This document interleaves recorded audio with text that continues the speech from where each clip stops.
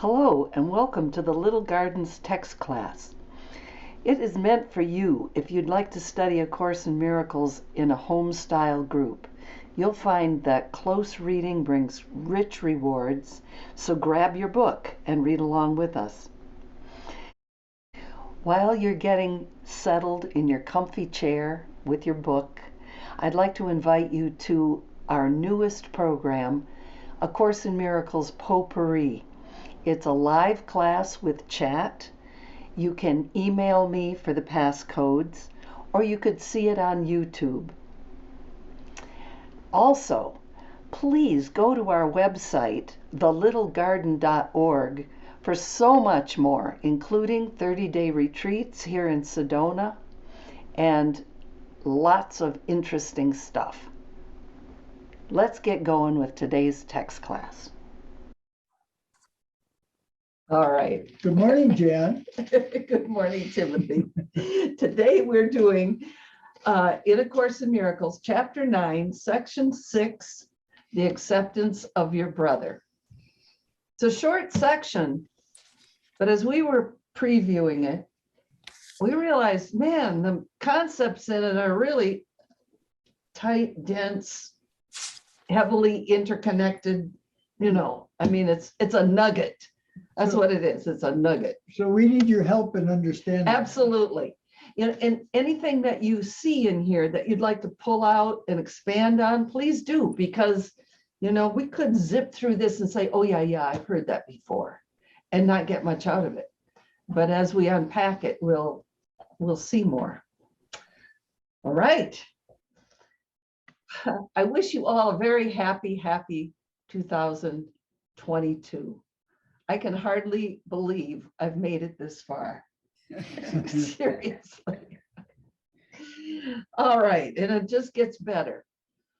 All right, so let's see. Connie, could you start with reading the first one, please? Sure. The acceptance of your brother. How can you become increasingly aware of the Holy Spirit in you except by his effects?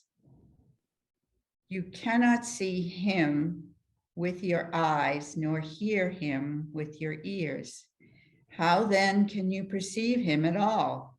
If you inspire joy and others react to you with joy, even though you are not experiencing joy yourself, there must be something in you that is capable of producing it. If it is in you and can produce joy, and if you see that it does produce joy in others, you must be disassociating it in yourself. So is that saying that he is always in me? Yeah. Yeah, okay. Yep, that's what, yeah, that he's always in me, and it's always there if I only can see it. Right. And now that what it says is I'm disassociating it. I like that psychiatric term. Yeah. I thought I was just not seeing it, but I'm actually disassociating it. Yeah. So since you have a psychiatric background, could you tell us what the word means in that context? A dissociation, that is. Well, that I'm totally separate. Mm. I'm totally separate from it. Mm. Yeah. And Yeah. isn't it true in the Course, the Course is saying that's how dissociation is how we maintain these two thought systems, the ego and the Holy Spirit. Right.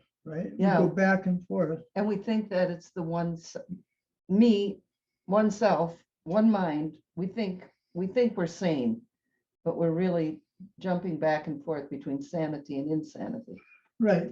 We don't see, so if we're dissociating, we don't see that we're projecting our stuff out into the world or somebody else. We think it's happening to us instead of happening by us. Yeah. That's dissociation. That's being in the ego's thought system, despite the fact that the Holy Spirit is always working. You remember when we read, does Jesus have a special place in healing? Yeah. Where it was saying that even though our limitations are there, that he's always working and the Uh-huh. Holy Spirit's always working. Mm-hmm. Right. And it's just our awareness at that moment. But we do have this effect on others. Well, see, that's the thing. I'm thinking about calling the Holy Spirit love. Okay, it makes it easier for me to get a little grasp on this example.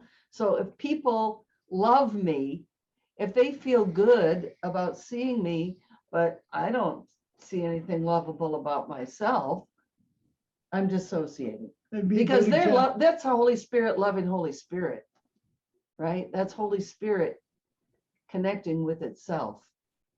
That's what love is. Right. Does that make sense?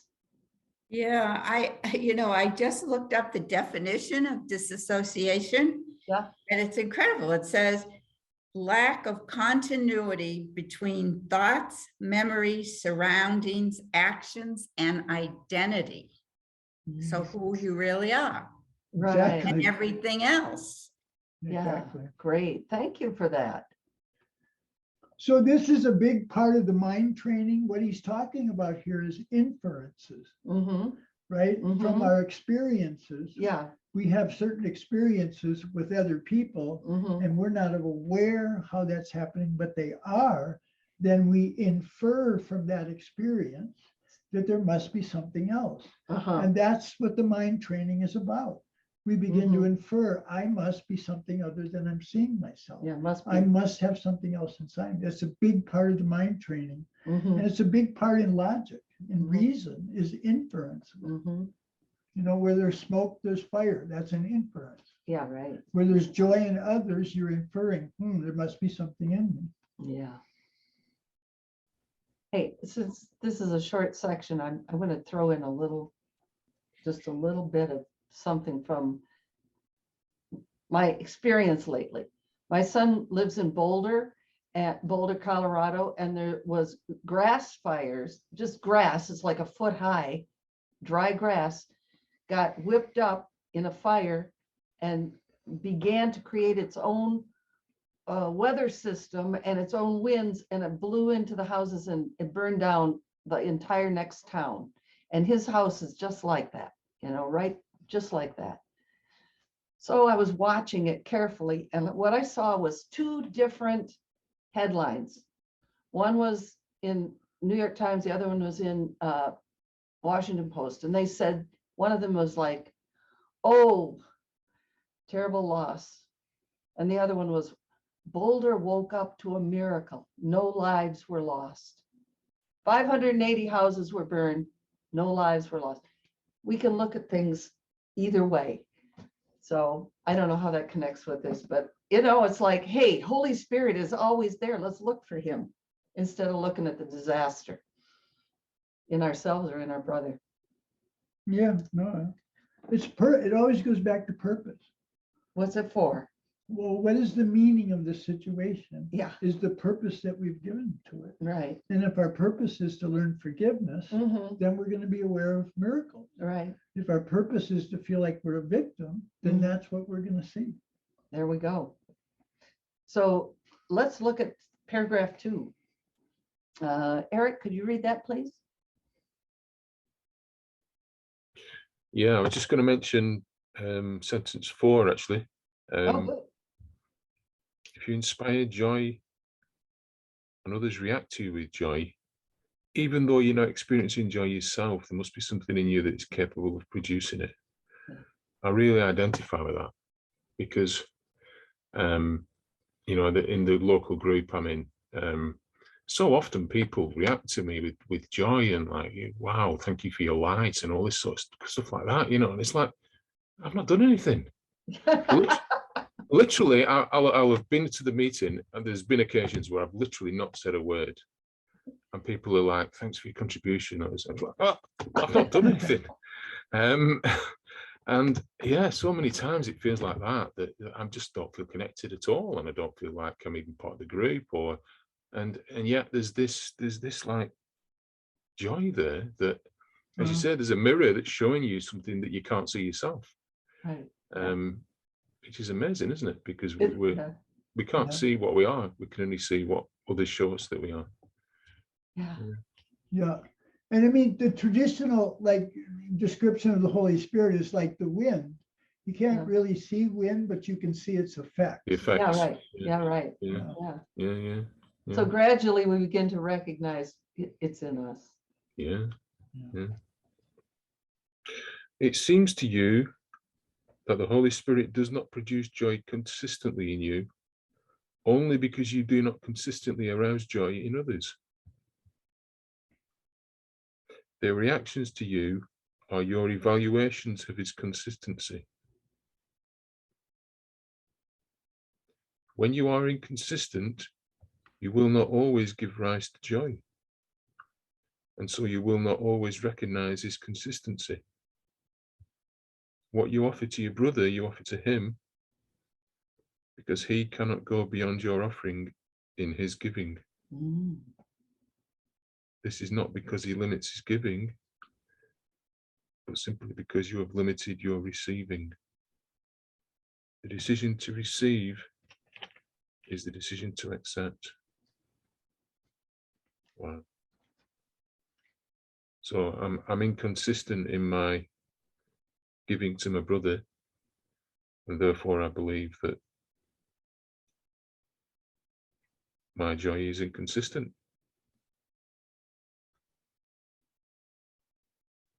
That idea of consistency goes back to the definition of dissociation, doesn't it? It's the product of dissociation. Yeah, yeah. Mhm, Because I've mhm. dissociated the Mm. Holy Spirit's thought system, I don't consistently experience. Right. So sentence 4 kind of jumped out at me. What you offered to your brother, you offered to him, because he cannot go beyond your offering in his giving. Mhm. This is not because he limits his giving, but simply because you have limited your receiving. So it almost seems contradictory to me, and maybe I'm not reading it properly. How do you see this?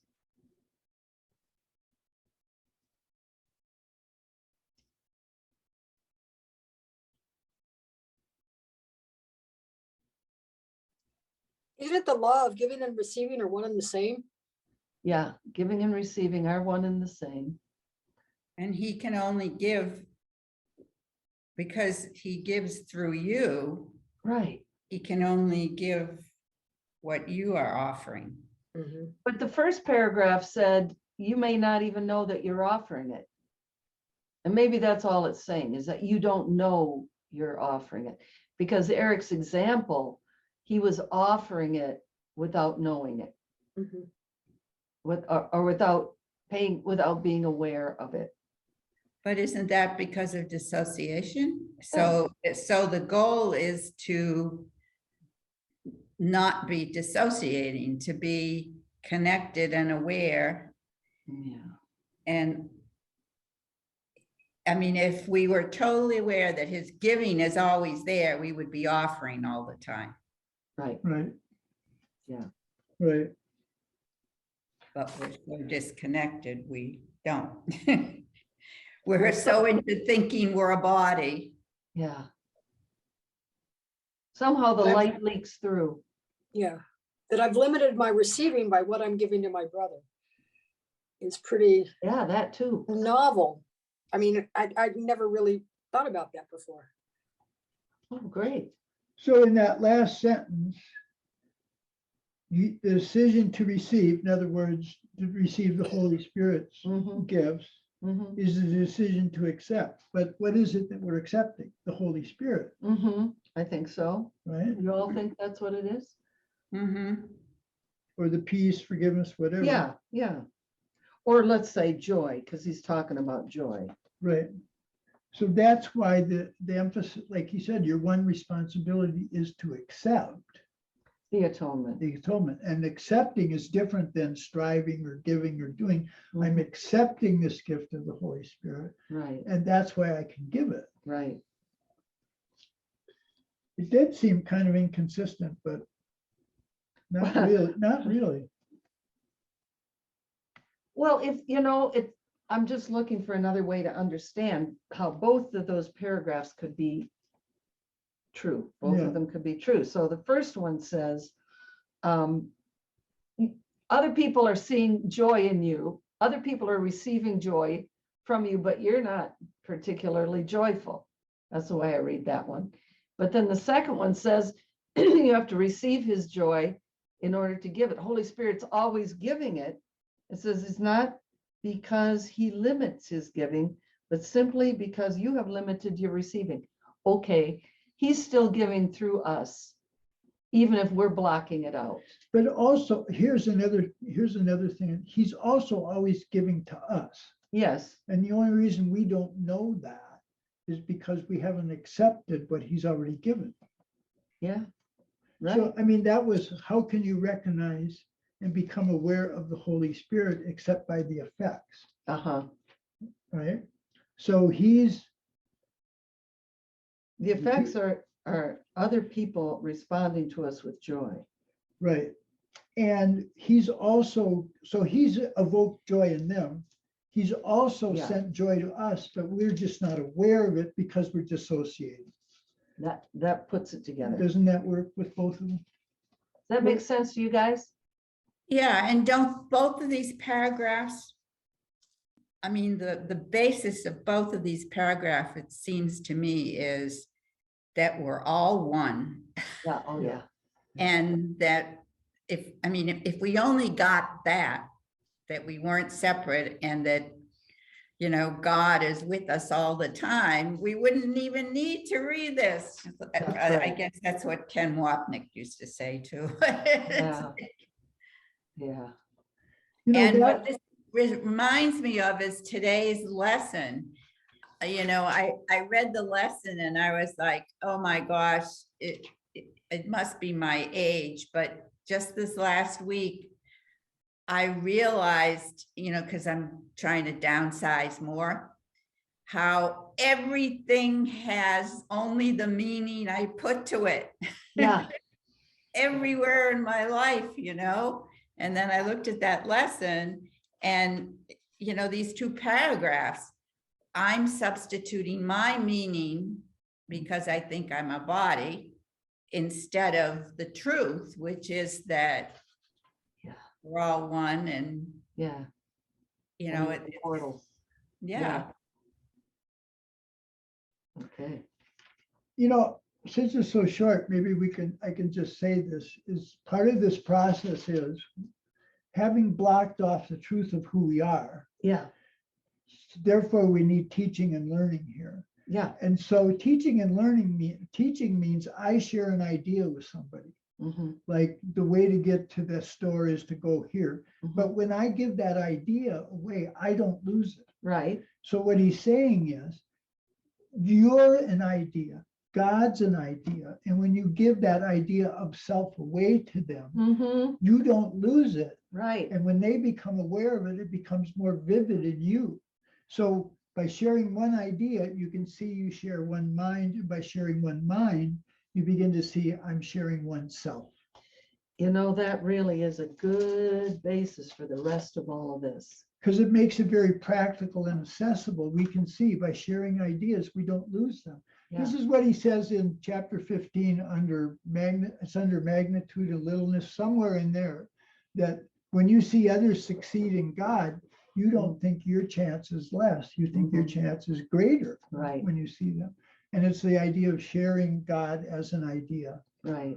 And that's the difference between the physical universe and what's really the real world is when I give something physical away, I don't think I have it anymore. And the world of spirit is the real world. Yeah. Leanne, could you read 3, please? If your brothers are part of you, you will accept them. Will you accept them? Only they can teach you what you are, for your learning is the result of what you taught them. What you call upon in them, you call upon in yourself. And as you call upon it in them, it becomes real to you. God has but one Son, knowing them all as one. Only God himself is more than they, but they are not less than he is. Would you know what this means?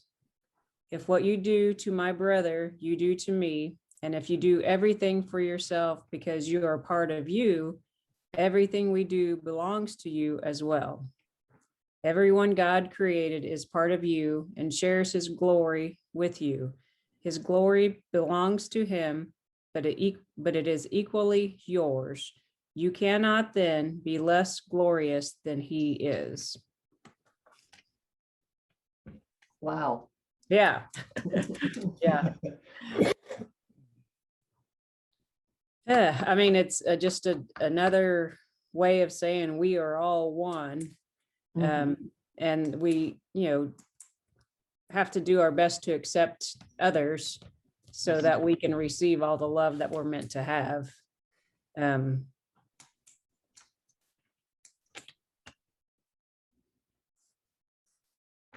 Trying to see if there's any one line that really stands out for me. What you call upon in them, you call upon in yourself. Yeah. So to me, that's be careful what you're what you're focusing on others, because then Right. you're drawing that out in yourself as well. And I was kind of reflecting yesterday of what my resolutions or what my focus for 2022 is going to be, and I can be quite the smart ass and That's true. and I said that I was going to try to be a little less of a smart ass, but then I thought, well, I think that's kind of in my DNA. Not sure if I can totally control that, but I guess probably what I really was thinking about is I have a tendency to not be very, well, I don't know what the right word is, but you really don't know how something feels until you experience it. Mhm. So when you're looking upon someone else and going, yeah, they just need to buck it up and suck it up and, but then you have the opportunity to experience it yourself. And you're like, oh, I was probably not as compassionate as I needed to be, and jump to a conclusion of, blah, blah, blah. So I think really I'll still be a smart ass. But in the midst of that, I'd like to be a little more just understanding up front, and maybe a little more humble and just more, show more grace. And, I think most people probably wouldn't say that about me because no one else probably sees me that way, but I know, how I feel sometimes on the inside of things, and I don't really like that feeling. So anyways, so that sentence 3 kind of reminded me of that, just be really mindful of what you're looking upon on someone else, because then that's what you're going to call upon yourself. Yeah. And if you don't like how you're feeling, what is the Course said, change what you're doing and, change what you're Right. focusing on. Right. So that's my thoughts for that paragraph. Thank you. That's really interesting because this is kind of opinion, but it's not just mine. Is that the way men and women nurture each other is very different, because men tend to nurture each other by gentle teasing. That's kind of how they relate to, like, come here, you dumb shit. Let me show you what, that at least they see somebody else who's showing interest in them. That's how some men are. Well, I know, but women are more empathetic in Don't their try that with feelings. me. So you can use teasing. It depends on purpose. Whatever our DNA is, he can use that. If That's we right. Use it for what's the purpose of it? Right. Yeah, that's right. Can I ask a question about sentence 8? Because maybe somebody knows the Bible better than I, but isn't there a line of Read what it, you read do? it first. Okay. If what you do to my brother, you do to me, just that part, isn't there a part in the Bible, what you do to the least Oh, yeah. of these, you do to me? Oh, big time. So I Yeah. think he's articulating that principle in Mhm. there, Sure. right? And he's bringing the Jesus character is bringing himself forward again. Yeah, You know, it's like we could ignore that, yeah, but if we really pay attention to it, and I've paid attention to it more this past year than ever before, that he's insinuating himself throughout this entire book, yeah, to say, have a relationship with me yeah, as a character, as a being, yeah. as a human even, you know. So isn't that, so then he goes on to say, and if you do everything for yourself, because we're a part of you, everything we do belongs to you as well. Isn't that just another way of saying about the oneness of self in there, in that, and that's what the Course is appealing to, is our enlightened self-interest. I recognize if I do that to them, I'm really doing it to myself. Yes, And that's why I'll stop judging others, because I don't want to be judged, right. right? As you judge others, you judge yourself. Yeah. Yeah. Anything else on that paragraph? There's still more in there, I'm sure. Well, there's just a reminder, remember the workbook lesson in part 2, it says, all the gifts my brother give are given to me, Mhm, which means all the miracles that are being done throughout creation are yours. They mhm. belong to you. Yeah. Okay.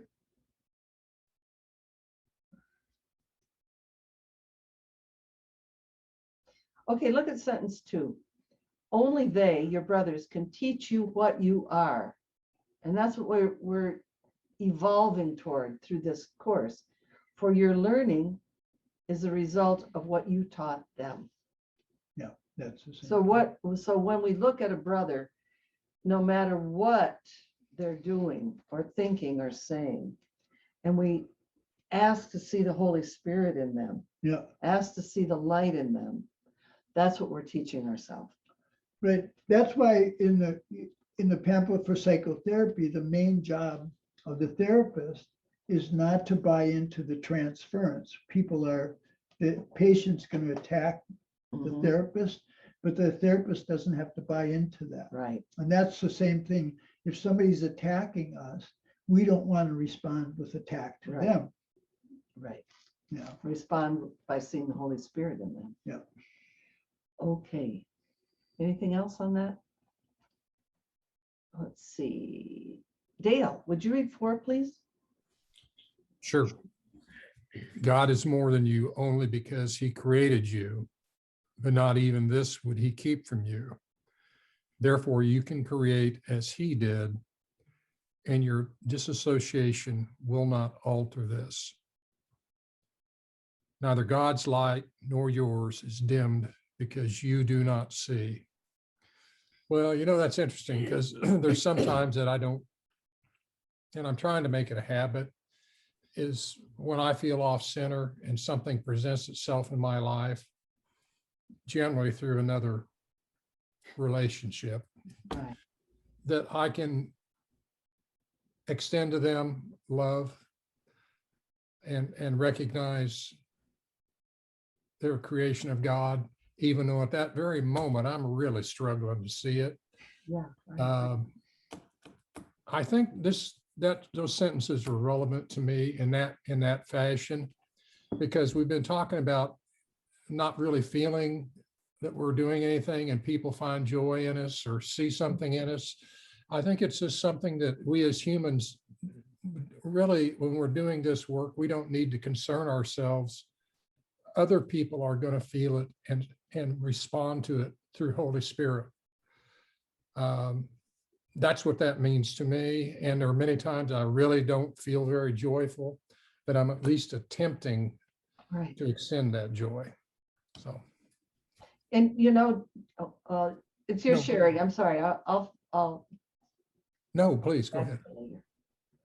Well, what I wanted to say is sometimes I get more inspired by seeing somebody doing the struggle, by seeing someone really trying to see the love and the goodness in another person when they're not feeling it, like doing the work, like what you were just describing. When I see them doing the work, it's like, yes, I can do that too. You know, that's really consistent in anything we do at life. We really struggle with things and we want to be better at it. And the only way you get better at it is doing the work, even at times when you feel like you're going backwards Mhm. and then suddenly you're not. Right. It's kind of the same thing here. So I think consistency is in all things, if we can do it, is really part of the solution. Mhm. Yeah. Yeah. Good. And that warms the cockles of my heart to think, well, even though I'm inconsistent, the Holy Spirit isn't. Right. Right. Yeah. You're on 4, sentence 4. Sentence 4, okay. Because the sonship must create as one, you remember creation whenever you recognize part of creation.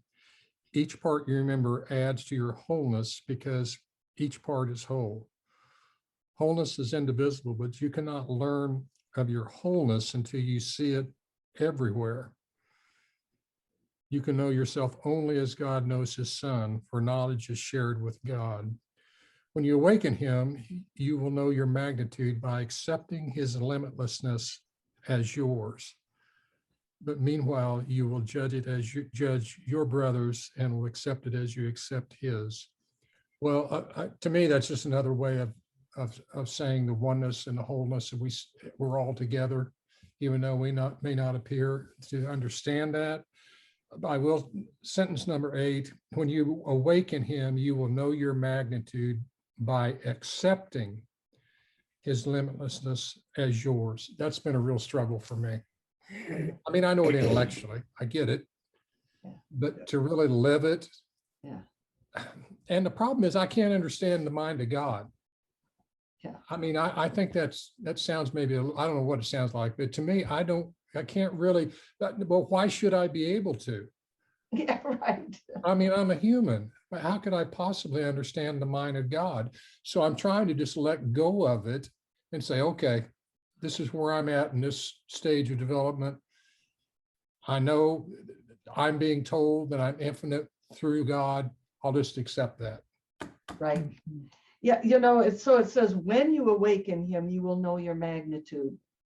And then the next paragraph starts out, you're not yet awake. Right. So, yeah, you're right. We don't know the whole picture, and we have to just go on faith and trust And you know with that, what we, with the little part that we do. It works, right? and I mean, that's a lot of part of mentoring anybody, is the mentor sees the potential Yeah, in the other person, even Right. though they can't see it. that's right. And then the mentor just gives them to do things Right, that they could only do if they had that potential as an actuality. right, And that's what Jesus is doing. His faith in us right. and his trust in us is infinite Mhm. because he knows what we can do, because Right. he did it. So getting back to that word know, sentence 7, you can know yourself only as God knows his Son, for knowledge is shared with God. So remember that knowledge in the course is a technical term. It's way bigger than I know that I have 5 fingers. It's the whole picture, the whole enchilada. Yeah. And it is what God is. So it's a really big thing, and we don't have that at this point. It's revelation. You could see it in moments of revelation if you ever have that. I don't think I've ever had that kind of revelation where it's just like, boom, there's God. But sometimes people do, but the book says you could only sustain that for a very short time, and that's not the point. The point is getting by forgiveness to an understanding that your brother is love and so are you, and we all deserve love. And that, I mean, that's what I have to accept on faith, because he's saying perception is not part of knowledge. Right. And perception seems to be my whole reality. Seems like, You know, yeah. I'm a perceiver. I have something I perceive. You know, Mhm. it seems so different.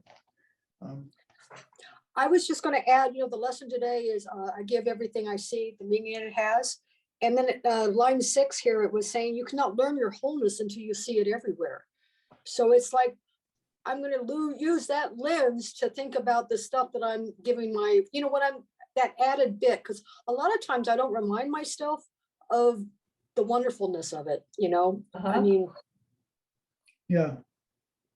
See, this to me is such grace in the chorus, because it's saying, I made individuality. I made parts of the Mhm. one. Into the human being. Yeah, Uh-huh. I fragmented the oneness by making individual parts. Mhm. But what the Holy Spirit says is each part is the whole Christ. That's the whole thing. It's like a holographic Right. universe. So I can learn the whole of Christ in one relationship Right, through forgiveness. right. And it helps to start with Jesus. It helps me Yeah, because with him, because I'm not always perfect. You mean? I try to see, I try to let go of my judgments, but the deal with Jesus is he has no ego. So, when we try to meet if you and I tried to meet ego to ego, sometimes it works and a lot of times it doesn't. Never. But was. if we just go, hey, I want to think with Jesus. What does God think about this guy? And at least that opens up my mind, That's it. right? Yeah. And that to me is the first step in forgiveness. That's the holy instant. I don't know what's going on. Holy Spirit, show me what's going on.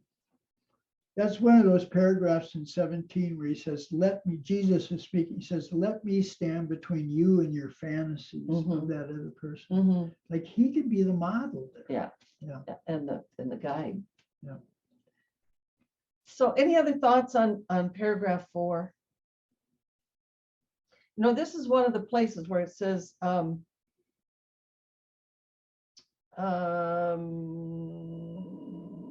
wholeness. I'm not going to try to find the sentence of it because I think it's more the whole thing. The Christ in us continues to create. The Christ in us is still in heaven with God, unchanged. The one self is unchanged and is still creating, whatever that is. It's just like more love and more love and more love. That's one way I can understand it. Because we tend to think of creation as like God created trees, what? There's more and more and more trees, planets. It's not that. It's the being of God keeps on extending. And we're still one with that. We're like to get back to a tree analogy, we're like the trunk of the tree. And it just keeps branching and branching and branching and extending the love of God. But we're not aware of it. We dissociate it. Yeah. It's still going on. And also he's saying that no matter how you see it or you think what's going on, the Christ is always offering miracles. Yeah. From himself Mhm. to himself. Right. Yeah. Yeah. Okay, let's go on to 5, and Kathy would read that, if you're willing. sure. You are not awake, but you can learn how to awaken. Very simply, the Holy Spirit teaches you to awaken others. As you see them waken, you will learn what waking means. And because you have chosen to wake them, their gratitude and their appreciation of what you have given them will teach you its value. They will become the witnesses to your reality as you created witnesses to God's. Well, sometimes you're like in AA or something, you see people getting better, and you know that you've got to be getting better too, if you're seeing that. Yeah. So maybe that's kind of what's, they will become the witnesses to your reality as you were created witness to God's.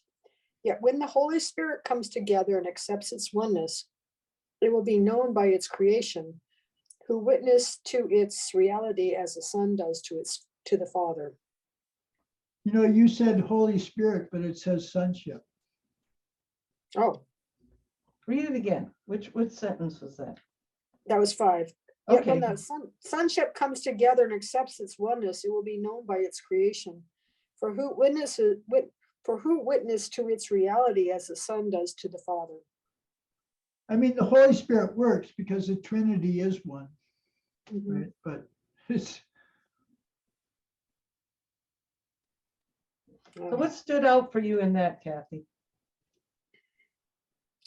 Well, as you see them awakening, you know that there's movement in you, you Yeah. know, and yeah, the people in your groups or whatever that kind of annoyed you, and then you know that all of a sudden it's like they're one of your favorite persons. it's like, Yeah. oh, I guess some healing happened, you know. This is nice. Yeah. So sentence 2 says very simply, the Holy Spirit teaches you to awaken others. And yeah, it can be done. I think Dale was the one who mentioned it. It can be done just by your being. Well, Mhm. Eric was talking about that as well. Yeah. But sometimes we're given, a job, and like being in an AA room, you recognize that the group energy of wanting sanity for everyone else is giving you sanity. And also what's interesting about Eric's example, like he said, sometimes I don't say anything, Yeah, but the fact that he's at peace Yeah. in that situation, Yeah. that is having an effect on everybody. Right. That's how I would see that. Does that make sense, Eric? I mean, just simply because you're in the zone of peace, you can be affecting others. Yeah, I guess so. I mean, what it's saying here is that when the sonship comes together and accepts its oneness, so it's not about individual people doing individual things, is it? It's about Right. the whole sonship right. accepting its oneness. Yeah, So then now the God's not light nor yours is dimmed because you do not see. So just because the individual person doesn't see, Yeah. that's not really that important, because it's all about the oneness of the sonship. Yeah. you know what? I just got a flash on this. You remember how sometimes at football games there would be like this, the stands, the stadium, is like this, and people have a card, and I have a blue card, and you have a red card, and at a certain point, everybody lifts up their card, and all I see is my little blue thing, but from where the TV cameras are or the center of the whatever, you see a message, Yeah. and that's kind of what we're doing here. Yeah. Mm. That's what you're saying, Eric, is in the clarifications of terms, he said the idea of individual consciousness Yeah, doesn't really make sense. right. Right. But our grace is we have this sense that as an individual, we have to make a decision Right. to accept the atonement for ourselves. Yes. That's really the Christ doing it. But in order for us to learn it, we have to see my individual decision to accept the atonement has changed everything. Yeah. So it is the Christ. And then eventually, I think, from those individual choices, from relationship to relationship, we realize it's really the Christ It's a Christ in us. that's doing the decision and the accepting. Yeah. Well, the decision maker is the decision maker that decides between the ego and the Christ. Yeah. Yeah. I mean, if we just, it gets a little hairy there on a metaphysical level. So I'm not even going to go there.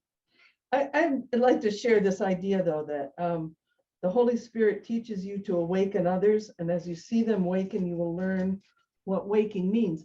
We have a guy who does tech stuff for us, and he looked at our material, like this class here and the workbook classes that we have on YouTube and all that, and he said, your stuff is for people who are already aware, they're already initiated. It's how he said, it's like we already know about the book. He said there are people, and he's talking about people in his age group, in their 20s, who are dying spiritually for a structured path, is what he said. And he really encouraged me to go speak to them on TikTok, which is like, are you kidding? But I have been doing that, and I'm kind of teaching the course, but what I'm doing is I'm teaching love. And it's like, I see by their reactions that it makes a difference. It's like just by speaking love in one way or another. I mention A Course in Miracles every so often. And some stuff I'm just doing like life coaching, and other stuff I really am teaching the course. But it's like just to see that somebody says, oh, wow, that made a huge difference. You know, it's like, oh, thank God. That gives me the impetus to recognize the Holy Spirit is working through me. Thank God. So, I mean, we're doing it all the time, but that one is like, you know, it's like lots of little tiny grains of salt, very small, but a lot of them. So it's kind of interesting. You know what that relates to for me is the Course is saying what we're most concerned with is the practical. Yeah. And so we can see in a very practical way in our everyday mundane life that when we make these choices, it has a huge effect on us. Yeah. And it's like, oh, I see, that makes sense. Right. Right? Yeah. Or like, do you really want to hang on to your anger? Exactly. Like things like that. Do you really want to look to your fear to understand? Exactly. I mean, that's just appealing to our common sense. I know, that's all it is. Yeah. The Course is common sense when you realize it, but it sure doesn't seem like it at first. Let's go on to, yeah, we have to go on to 5, right? Yes. We're on 5?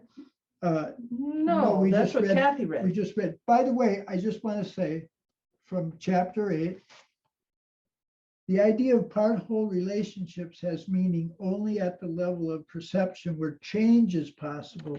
Otherwise, there's no difference between the part and the whole. And that's what he's appealing to here. You see part of love or part of spirit, Mhm. part of the Christ, and then eventually you infer it's the whole. of Christ. Everybody's got it. Yeah. Yeah, okay, great. Hey, why don't you read 6? Okay. Miracles have no place in eternity because they are reparative. Yet while you still need healing, your miracles are the only witnesses to your reality that you can recognize. You cannot perform a miracle for yourself because miracles are a way of giving acceptance and receiving it.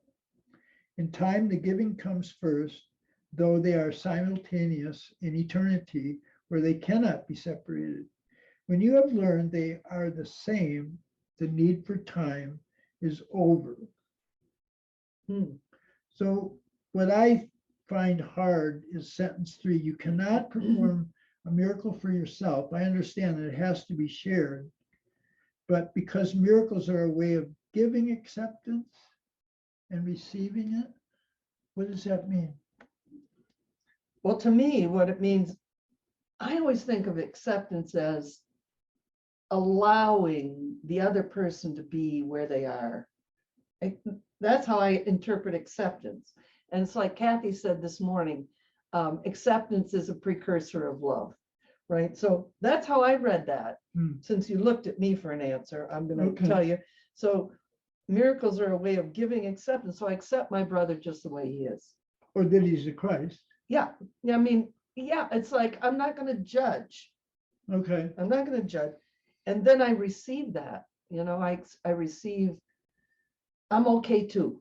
He's okay. Now I'm okay. Okay, so is I accept the Holy Spirit's giving of me the miracle, and therefore I know that You cannot perform a miracle for yourself because miracles are a way of giving, except, I don't know, miracles are forgiveness. Yeah. So you can't perform a miracle. You can't forgive yourself alone. That's right. It's for everybody. Yeah. Miracles. How about you guys? How do you interpret that sentence 3? Maybe we could go back up to 2 and read that and then go into 3 and see how it speaks to us. Yet while you still need healing, your miracles are the only witnesses to your reality that you can recognize. Okay. Does a miracle, I have a question. Does a miracle require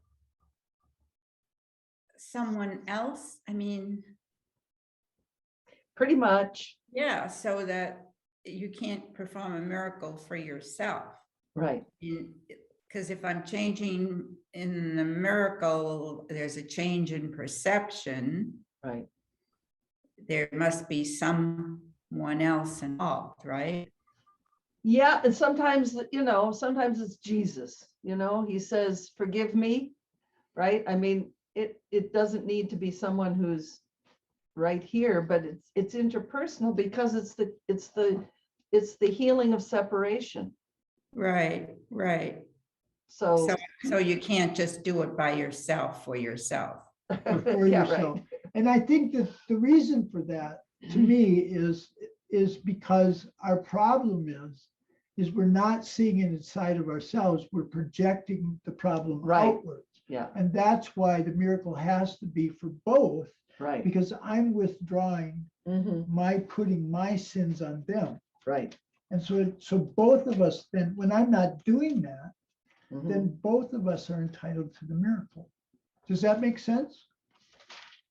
Yeah, and is it about, if it's myself, then I'm seeing myself as separate.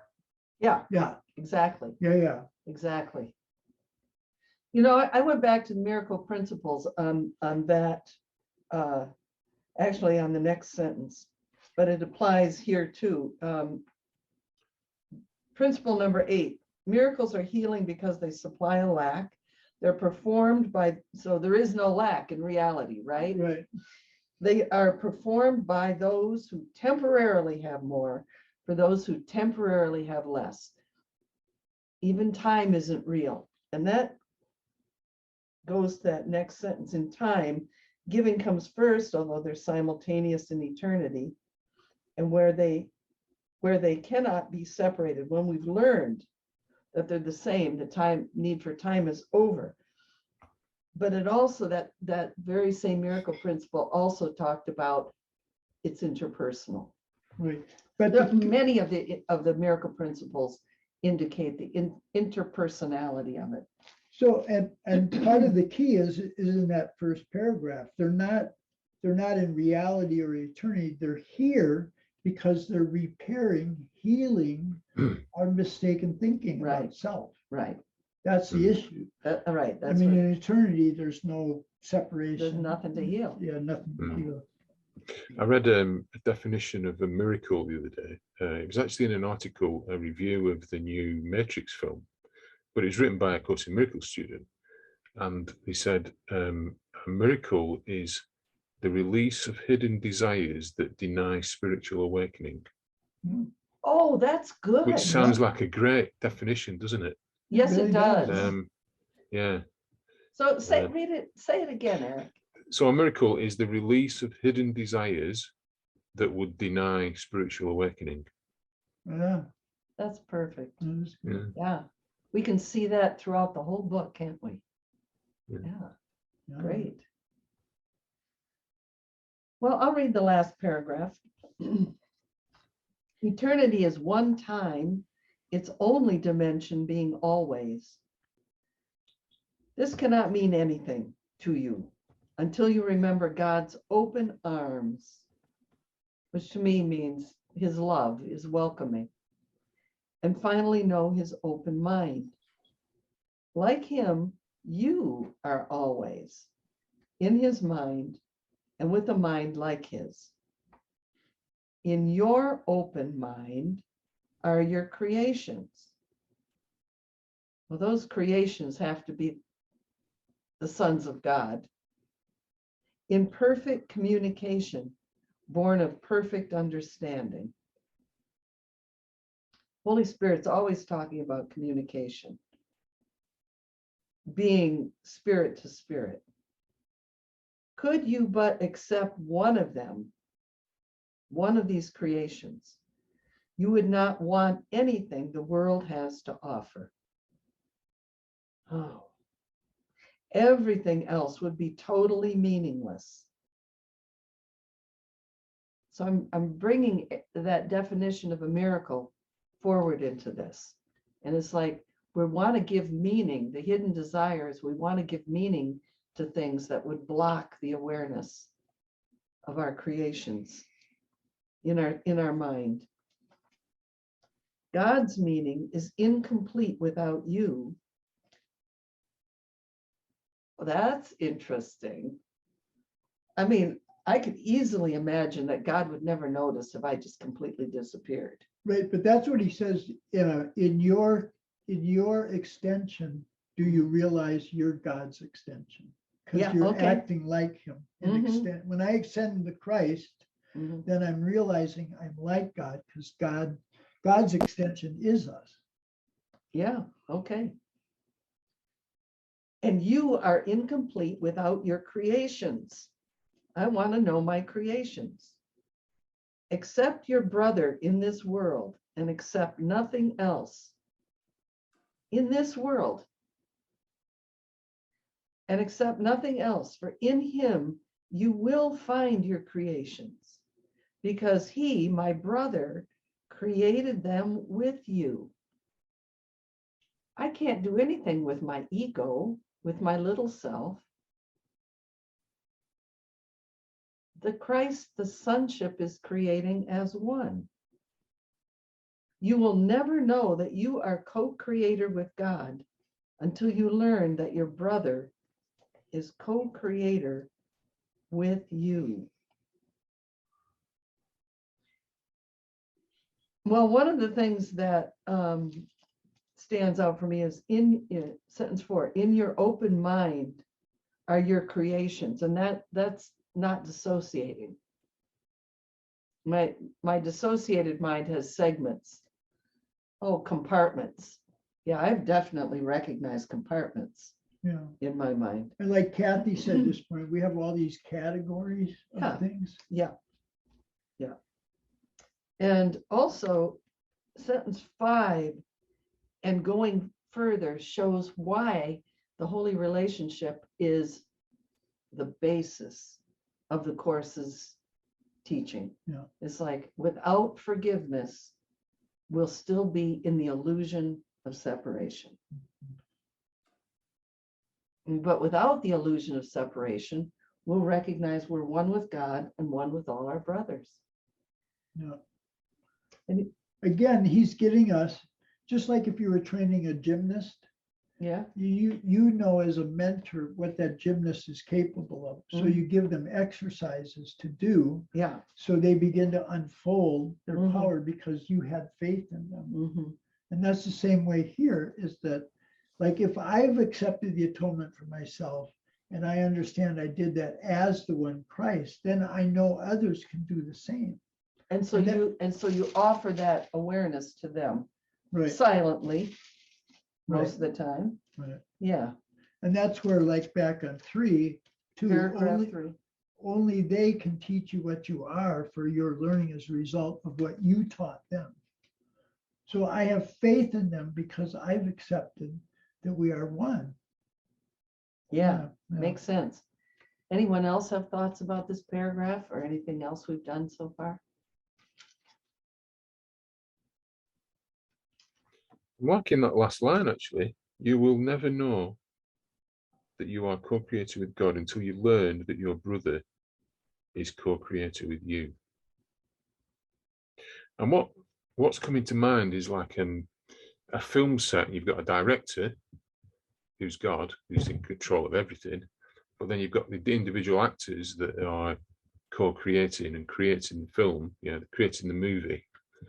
But we get stuck in the story that is the movie, don't we? We identify with the character rather than being the actor. Right. Right. So yeah, that sort of makes more sense to it if I think of it like that. That we're all acting out our part of the sonship. Yeah. But when we get stuck in the egoic mindset that I'm this individual character, then we lose that connection with the whole. Yeah. Yeah. And if you were an actor who thought it's all about me, you're no good. Yeah. You're really not, you're not in the ensemble. Mm. Yeah. Yeah. We're in an ensemble here, a big one. Anyone else? It's pretty dense, this section. It is, lot but in it it. really just has one basic meaning, it seems to me. Yeah, You know, it's saying you are the Christ, and in the Christ is everything. And the Christ is in God. You know, and that's who we are. That's the main takeaway I have from it.